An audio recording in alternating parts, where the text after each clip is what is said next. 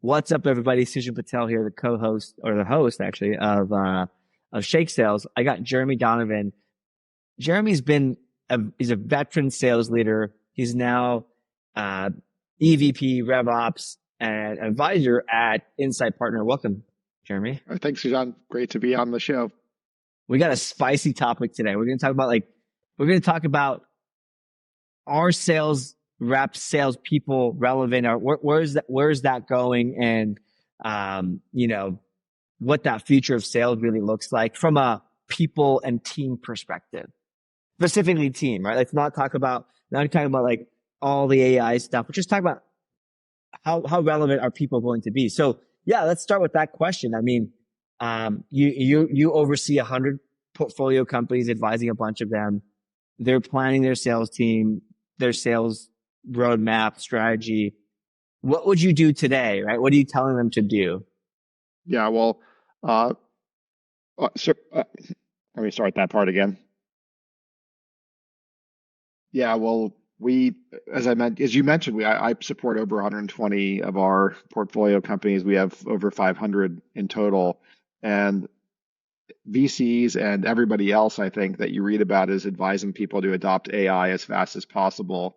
I've long been a little bit of a slower adoption person. I definitely see, because I have an engineering and product background originally, so I definitely see the benefits in programming. I still code, and it's dramatically increased my productivity. I definitely see the impact on the support side. AI chatbots are awesome, and they even were before the advent of Chat GPT and OpenAI and large language models, and with GPT 4.0 and Claude Sonnet and Gemini, right? Like, these models are insanely great now for those use cases.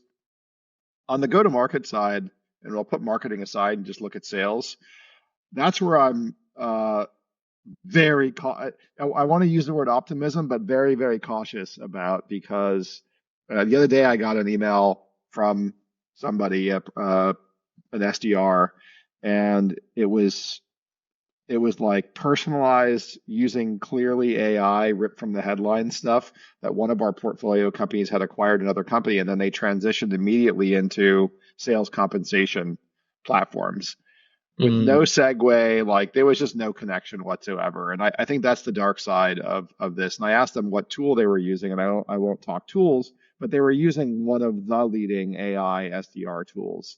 So do I think, I would be naive to say we're never going to get there, but I don't think we're going to get there that fast.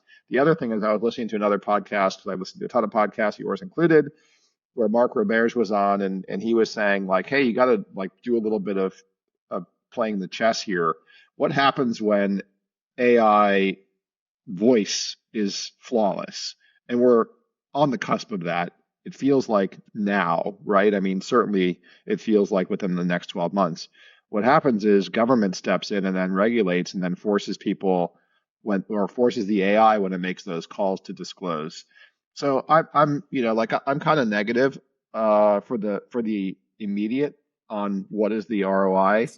I'm not yet seeing broad spread increases in productivity for teams, right? Like, we're all hard pressed right now to find real examples of where total pure AI has either dramatically increased the quality of prospecting, increased win rates, increased ACVs, increased quota attainment. So I'll pause there, but then I do have a little bit more to add. Yeah, I mean, I agree. You have a unique bench, but we've got, thousands of customers, and I see it all the time. If you go to any tool, any AI tool, and they're all different, but the same-ish, right? Not like the quality will be different. And you did the work, you edited the copy, and you got that, and you sent it off. If you play the volume game, you will run out of leads faster than you'll make more money, because volume has really never worked in sales. It works in brute force for a short period of time, but without the intelligence and filtering and the human intervention of some human beings say, oh, let's slow down here. Let's not outbound, like cold call everybody. Let's cold call the right people. Um, you effectively run out of leads faster than you can, Yeah. make money. And in the short term, it works. And I think you said the key there, which is it's right now, again, this could change as the AI improves, but it's really about augmentation. So what I think where I think the mistake is just letting the system send without review. And I don't mean a 5 second review. I mean, take that example of where that person prospected me. I mean, one is they should have looked at the copy and just made sure that the copy made sense. Two is take a look at the company, right? Like we're a VC. I don't have we don't have sales reps, right? So we don't have sales compensation. We're not in their ICP. We're just not relevant. So just take a beat, and Hmm. check the copy, verify the ICP, verify the persona. The other thing, though, to your broader question about like the future of sales teams, the language we're using a lot as we talk about it is to think about jobs to be done, right? So Hmm. it's not about the SDR or the pre-sales engineer or the pre-sales AE or the account Hmm. manager or the CSM or the whatever, right? Like it's about their job to be done. So you can decompose any one of these jobs into, let's say it's an SDR. I'm going to potentially identify accounts. I'm going to score those and rank those accounts. I'm going to do some research on those accounts. I'm going to find contacts in those accounts. I'm going to research those contacts. I'm going to create messaging. I'm then going to engage them on email, phone, social, whatever. Ditto, you can go through the workflow for AEs, for CSMs, for SEs, whatever. So I think the key in thinking about like one's relevance in sales is to think about what are those jobs that you're doing, and then ask yourself, what's the evolution of augmentation or automation for each one of those functions? So for instance, like account selection and identification, machines forget about large language models. Like predictive AI is very, very, very good for that. And the data that's out there is very, very good for that. So if that's your core skill set, then that's not good, right? So Yeah. ditto with research, right? Like now that the large language models are getting to be, more near real time with search, like Perplexity, and the Perplexity engine's a really good example of that, where it's actually using live search, and some of the other ones may as well be doing that now. Like that research piece is great augmentation. So I just think you need to go through each of those roles, and then we're constantly asked, right? Is the X role dead, right? Is the SDR role Hmm. dead? Is the separation of account executives on the front end versus account managers on the back end dead? Our CSMs, is that role dead? And it's the answer is like portions of all of those roles are going to change, and and that is also going to change the threshold of where those specialization boundaries exist. Hmm. Yeah. And I think that makes sense. I think it, it, in sales in any position, it's evolve or die, right? The death is usually slow, right? Like I know, I'd say I can name like 5 Fortune 500 companies who do not use any sales engagement software. They're doing cold email by hand. Yeah, It still works. They're the laggard in the thing, in that like adoption curve. But so it's a slow death. Like, what outreach sales off Mailshake, we've been around for a decade, and, it's still not adopted at that level. Sometimes that happens. Um, but if you want to be on the cutting edge, go ahead. yeah. I was going to add, like, I think with those bigger companies, like a lot of times, yes, they're laggards in general, just because it's hard to change a big ship in motion. But it's also that a lot of their business is expansion business. And they've had relationships for 10, 20, 30, 40 plus years, right? Yep. With their customers. And like they're not doing a whole lot of cold prospecting.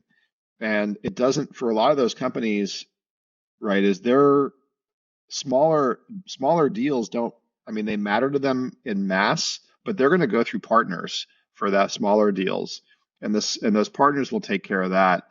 where they're engaging is only on the big stuff, like $1 million, even $10 million plus, sometimes $100 million plus contracts.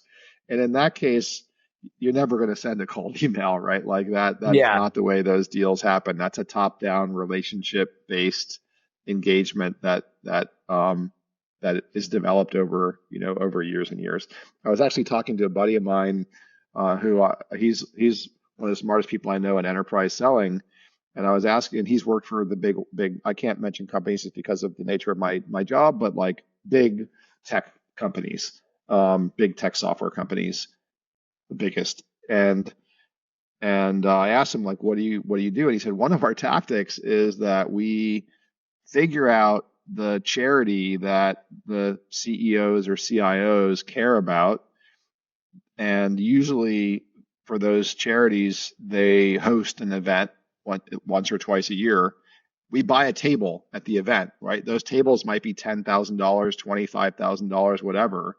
And that table earns them the right to have like a 30-second drive-by with the CIO at the charity event. And your goal in that 30 seconds is just to say like, hey, let's meet, and for that CIO or CEO of that mega corporation to agree and like give you the name of their assistant to schedule a meeting.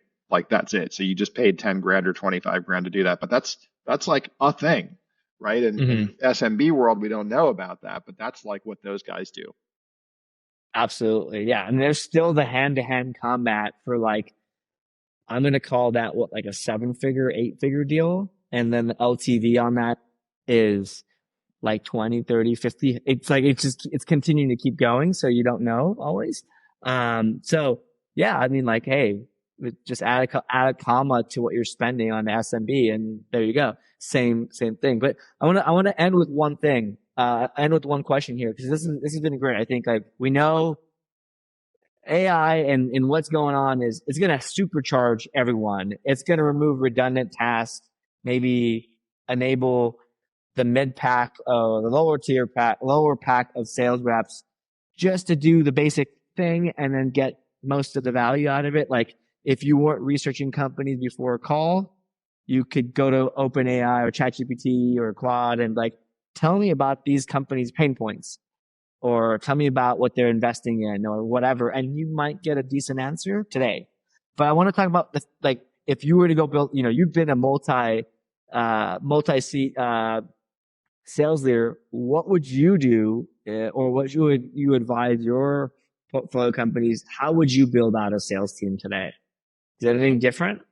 Yeah, I mean, if I were starting from absolute scratch, let's say I was evolving from founder-led sales to having an actual sales team, I do see a lot of this where I would follow a lot of like the advice you see out there from Jason Lemkin is start by hiring 2 reps, make sure that they've been there, done that in every way, shape, and form, right? They've worked for similar sized companies, they've sold with a similar motion, similar ACV, as much alignment on product and industry as possible, like as much lookalike as possible, and allow them to be as full cycle as possible as well, and take the time to document. But yeah, I would arm the things I would arm them with from a tools perspective is the usual suspects, right? Like LinkedIn Sales Nav for sure, some kind of sales engagement tool, some contact data.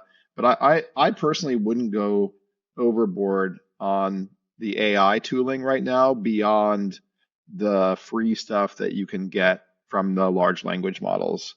I'm just I just don't see it. And I absolutely, as we talked about earlier, wouldn't would not turn them on AI SDR autopilot and go from there. I think that's right in late 2024 is not going to work. Yeah, I think that, yeah, makes sense. Yeah. Hey, look, what you just described here is building a good old fashioned sales team, right? And you arm them with new tactics and some new tools, some part of it, right? And you see where they go. And I want to make sure I double click or emphasize I would not over index on automating all of this outreach or automating all these Yeah. things because it's still too early. Yeah. And my other word on that is what is strategy? Strategy is people, process, and technology in that order. And so I talked about the people selection. The other is process. That back in, there was a time where, and I think these days are kind of over, but there was a time where it was like, well, let's just hire more reps, right? And that those days are over. So especially with that transition from founder led to kind of regular sales led growth, the it was we as I look at companies, if they don't have a semi-repeatable process, it doesn't have to be perfect, but like the ability for someone who's not the CEO to engage, if they don't have that, you got to slow down. And I don't think I'm saying anything that everyone else is not saying, but that's another Oh, key yeah, is like understand how you're going to open the door and then how you're going to advance those opportunities. If you don't know that, it's too soon. absolutely. And especially at the stages of companies you're talking to, you can easily jump to step 5 before you jump to figure out step 1. And congratulations. And we did this early on. I've seen this many times. And now you have congratulations. Now you have all these phone calls and demos and leads. Still haven't figured out what to sell them, what the right price is, what's the right process, and everything else in between, right? So, Yep. I love it. Jeremy, where can people go to kind of follow along and keep learning from you? Yeah, I used to say I'm hyperactive on LinkedIn, but I'm now active on LinkedIn. So I'm sure everyone says the same thing. And I do respond to direct messages. Just don't pitch me that, then I will block you. Love it. Yeah. So follow Jeremy, don't pitch him and ask him questions, especially if you're a sales leader. But hey, look, before you, ask Jeremy a question, go ask ChatGPT, put in Jeremy's profile and ask ChatGPT how he would answer this. You will likely get a good answer from you've been doing this for like 20 plus years. All the stuff you posted online, like index and then answered instead of asking you stupid questions. Yeah, yeah, absolutely. So Love yeah, it. happy to respond to folks. Well, appreciate your time, and have a good day. Thanks.